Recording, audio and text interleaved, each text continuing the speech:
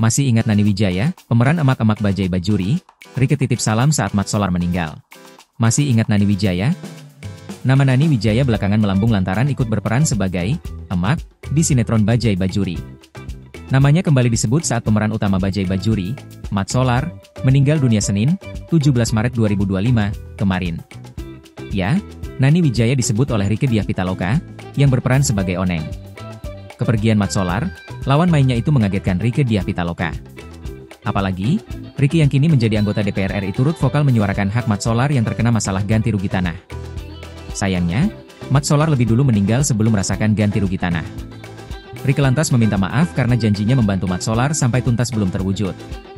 "Maafin Oneng ya bang, belum bisa penuhin janji Oneng ke abang," papar Rieke.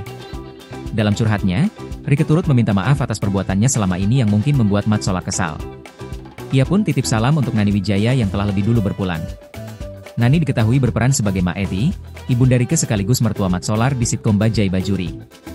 Nah, Nani Wijaya ini rupanya telah berpulang lebih dulu. Ia wafat pada 16 Maret 2023 lalu. Nani Wijaya merupakan aktris kawakan yang menorehkan tinta emas di dunia seni Indonesia. Sejak masa sekolah dasar, Nani telah berminat untuk melatih keahliannya dalam seni tari. Keterampilan dalam menarikan tarian Sunda dan Jawa klasik membuatnya diakui sebagai salah satu penari terampil. Namanya semakin populer di kalangan pemerhati seni hingga pada suatu hari ia menerima tawaran untuk berakting dalam film Darah Tinggi, garapan sutradara Lilik Sujio.